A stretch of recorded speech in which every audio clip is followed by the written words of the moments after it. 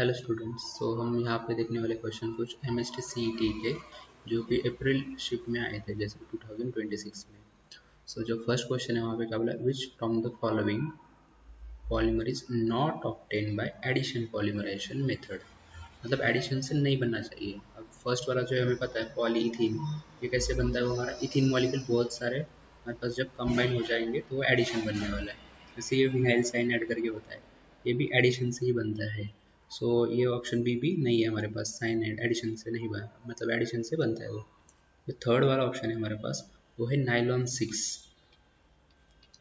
तो नाइलॉन 6 कैसे बनता है, हमारे पास एक इप्सिलॉन कैप्रोलैक्टम करके एक रिंग होती है, ऐसा स्ट्रक्चर होता है उसका, C डबल बॉन्ड O, यहाँ पे NH, देन ऐसे CH2 हमारे पास 5 टाइम्स होते टोटल, इस तरीके से। तो ये जब रिंग ब्रेक होगी, जैसे देखो यहाँ पे CH2 है, CH2 दूसरा, ये CH2 और ये CH2, तो ऐसे 5 CH2 हमारे पास। रिंग जब ब्रेक हो जाएगी तो हमें ये पॉलीमर मिलेगा, मतलब ये रिंग ओपनिंग है ये वाला। ऑप्शन हमारा C आएगा इस केस में। जो डी है वो तो है विनाइल क्लोराइड, वो भी एडिशन पॉलीमरेज से ही बनता है, इसलिए ऑप्शन डी नहीं था, तो सी ऑप्शन है। अब ये सेकेंड क्वेश्चन देखो, यहाँ पे उन्होंने बोला है which of the following is a secondary allylic alcohol. अब हमें पता है अलिलिक अल्कोहल क्या होता है, जब OH हमारा, मतलब अल्कोहल बोला है हमने, अल्कोहल OH जब जिस कार्बन को अटैच है वो sp3 होना चाहिए, और उसका नेक्स्ट वाला जो कार्बन है वो sp2 हाइब्रिडाइज होना चाहिए, जैसे carbon carbon double bond sp2, तब उसे हम बोलेंगे अलिलिक। और उसमें और उन्होंने क्या पूछा है, वो सेकेंडरी भी होना चाहिए। तो हमें सेकेंडरी भी क्या होता है वो बताया, जैसे कि समझो OH जिस कार्बन को अटैच है वो और दो कार्बन को अटैच होना चाहिए, तब वो क्या बोलेगा, हम उसे सेकेंडरी बोलेंगे। अगर वो 3 कार्बन को अटैच हो टर्शरी हो जाएगा। तो हम एक एक करके देखते हैं यहाँ पे। ऑप्शन ए में देखो, यहाँ पे OH इस कार्बन को अटैच है, वो इसका तो sp3 हाइब्रिडाइज्ड है वो, और sp3 वाला जो नेक्स्ट वाला है उसका sp2, मतलब वो अलिलिक है हमारा। दूसरा वाला देखते हैं अलिलिक है क्या, तो OH जिस कार्बन को अटैच है हमारा, ये सेकंड इसको अटैच है, ये वाला यहाँ पे देखो sp2 है, ये भी क्या हो गया हमारा अलिलिक है। ऑप्शन सी में OH इस कार्बन को अटैच है, और ये वाला भी नेक्स्ट इसका डबल बॉन्ड यहाँ पे है वहाँ पे, इसलिए वो भी अलिलिक है। थर्ड और ये फोर्थ ऑप्शन में हमारे पास OH जिस कार्बन, मतलब इस कार्बन को अटैच है वो यहाँ पे तो दो CH3 को अटैच है, और यहाँ पे sp2 हाइब्रिडाइज्ड है, तो इसलिए क्या होगा, वो भी अलिलिक है। मतलब चारों के चारों ऑप्शन हमारे अलिलिक है। तो हमें देखना क्या है फिर, सेकेंडरी कौन सा है हमारे पास, सेकेंडरी कार्बन। अब जो फर्स्ट हमारे पास ऑप्शन है OH जिस कार्बन को अटैच है वो सिर्फ एक ही कार्बन को अटैच है, तो ये क्या हो गया हमारा प्राइमरी हो गया।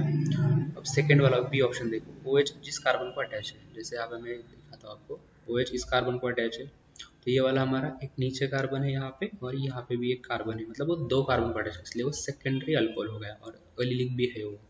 तो ये हमारा ऑप्शन आ जाएगा वहाँ पे, अलिलिक। और ऑप्शन सी क्यों नहीं है हमारे पास, तो ऑप्शन सी में OH जिस कार्बन को अटैच है वो सिर्फ एक ही कार्बन को अटैच है, इसलिए वो क्या हो गया हमारा प्राइमरी हो गया। और जो ऑप्शन डी है OH जिस कार्बन को अटैच है वो और 3 कार्बन को अटैच, जैसे ये CH3 2 टाइम्स है वहाँ पे, और ये एक कार्बन है उसका, तो ये टर्शरी है। तो मोर करेक्ट हमारे पास सेकेंडरी चाहिए था, तो ऑप्शन बी आ गया वहाँ पे। अब थर्ड क्वेश्चन में हमें कैलकुलेट द एंट्रोपी बोला है, change for melting 1 gram ice eight 0 degree Celsius. T1 क्या दिया हमें, हीट ऑफ फ्यूजन 80 जूल पर केल्विन। ओके, तो यहाँ पे देखो कैलकुलेट द एंट्रोपी, एंट्रोपी हम कैसे दिखाते हैं वहाँ पे, डेल्टा एस से दिखाते हैं हम, ठीक है। ये डेल्टा एस लिखता हूँ मैं यहाँ पे, delta S is equal to how much, then क्या बोला, for melting 1 gram of ice, मतलब वो सब्सटेंस की क्वांटिटी दी है एट 0 डिग्री सेल्सियस, मतलब हमें टेम्परेचर दिया है वहाँ पे 0 डिग्री सेल्सियस, यानी ये होता है वो 0 + 273, यानी वो 273 केल्विन टेम्परेचर हो गया।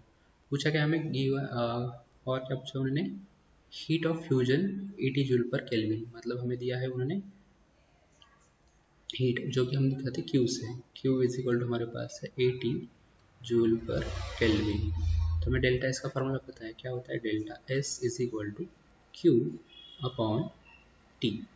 जो क्यू है हमारे पास वो है हमारे पास 80, और अपॉन में हमारे पास है 273, तो इसका जब हम रेशियो ले लेंगे, मतलब डिवाइड करेंगे, तो हम ऑप्शन आता है बी, ठीक है।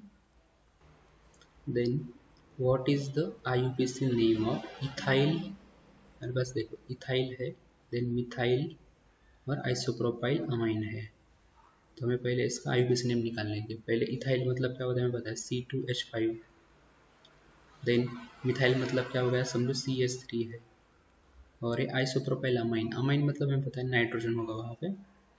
और आइसोप्रोपाइल मतलब उसको जो 3 कार्बन का एक ग्रुप है, जैसे कि CH ग्रुप यहाँ पे होगा, ACH3 यहाँ पे होता है, ACH3 यहाँ पे होता है, इसे हम बोलते हैं आइसोप्रोपाइल ग्रुप। इसका हमें आईयूपीएसी नेम लिखना है। कैसे लिखते हैं, जो लॉन्गेस्ट हमारे पास कार्बन होता है, कार्बन चेन होता है, उसको नंबरिंग आती है। सो हमारे पास 3 कार्बन की चेन है यहाँ पे, से 1, 2 और 3। सो हमारे पेरेंट कार्बन चेन हो गया 3 कार्बन का।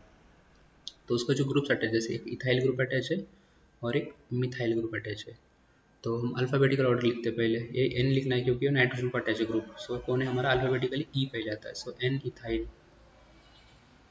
देन दूसरा है एन को कौन, मिथाइल ग्रुप, सो एन मिथाइल। और 3 कार्बन चेन प्रोपेन। और ये सेकेंड नंबर को अमाइन ग्रुप है, सो प्रोपेन 2 अमाइन, ऐसे आएगा वहाँ पे। सो ऑप्शन हमारा कौन सा आएगा फिर, N ethyl N methyl propane 2 amine, option C आएगा।